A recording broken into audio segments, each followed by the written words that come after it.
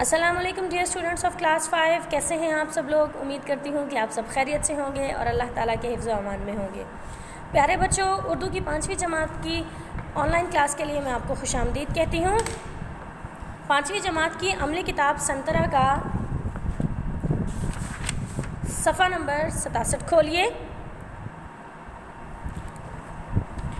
اس صفحے پر ہمیں تفہیم دی گئی ہے جس کو ہمیں حل کرنا ہے۔ ایک عبارت دی گئی ہے، اس عبارت کو ہم نے پہلے پڑھنا ہے، اس کا مطالعہ کرنا ہے اور اس کے بعد دیے گئے سوالات کے جوابات لکھنے ہیں۔ آئیے عبارت پڑھتے ہیں۔ اس عبارت کا نام ہے، عنوان ہے حکایت سعدی۔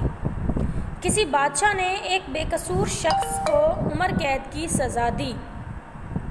جب وہ اپنی زندگی سے مایوس ہو گیا تو اس نے اپنی زبان میں بادشاہ کو برا بھلا کہا۔ بادشاہ نے ایک وزیر سے پوچھا کہ یہ کیا کہتا ہے؟ یہ وزیر بڑا نیک دل تھا۔ اس نے کہا، حضور، یہ کہتا ہے کہ وہ لوگ بہت اچھے ہوتے ہیں جو غصے کو پی جاتے ہیں اور لوگوں کی خطا معاف کر دیتے ہیں۔ یہ سن کر بادشاہ کو رحم آ گیا اور اس نے قیدی کو معاف کر کے رہا کر دیا۔ اب وزیر نے بولا تو جھوٹ تھا، لیکن اس کا جھوٹ اچھی نیت سے تھا۔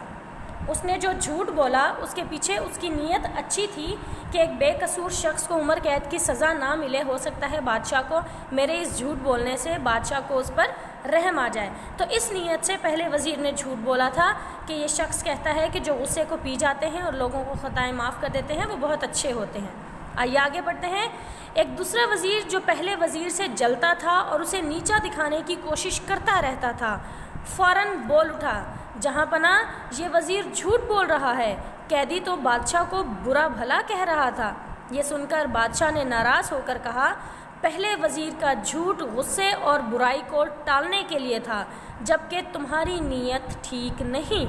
یعنی کہ پہلے وزیر نے جو جھوٹ بولا تھا وہ غصے اور برائی کو ٹالنے کے لیے تھا کہ کسی کے ساتھ برا نہ ہو جائے، بے قصور شخص کو عمر قید کی سزا نہ ہو جائے، اس لیے اس نے جھوٹ بولا اور اس کے جھوٹ سے بادشاہ کو، اس کا جھوٹ سن کر بادشاہ کو رحم بھی آ گیا اور اس نے اس شخص کو معاف بھی کر دیا، قیدی کو معاف کر کے رہا کر دیا۔ لیکن دوسرے وزیر نے جو سچ بولا تھا اس کی نیت خراب تھی، اس کی نیت ٹھیک نہیں تھی۔ وہ پہلے وزیر کو نیچا دکھانے کی کوشش کرنے کے لیے سچ بول رہا تھا، لیکن اس کا سچ بولنے کے پیچھے اس کی نیت خراب تھی۔ تو آئیے سوالات پڑھتے ہیں اور اس کے جوابات لکھتے ہیں۔ پہلا سوال ہے، بتائیے پہلے وزیر کے جھوٹ بولنے کا کیا مقصد تھا؟ جی تو پیارے بچوں، اس کا جواب ہے، پہلے وزیر کے جھوٹ بولنے کا مقصد یہ تھا کہ وہ برائی کو ٹال کر بے قصور شخص کو رہا کروا دے، کیونکہ وہ جانتا تھا کہ وہ قیدی جو ہے وہ بے قصور ہے، اسے عمر قید کی سزا نہ ہو جائے، بے قصور شخص کو سزا نہ ہو جائے، اس لیے اس نے جھوٹ بولا تاکہ وہ برائی کو ٹال کر بے قصور شخص کو رہا کروا دے۔ دوسرا سوال ہے، دوسرے وزیر نے کس نیت سے سچ بولا تھا؟ اس سوال کا جواب ہے، دوسرے وزیر نے پہلے وزیر کو نیچا دکھانے کے لیے سچ بولا تھا۔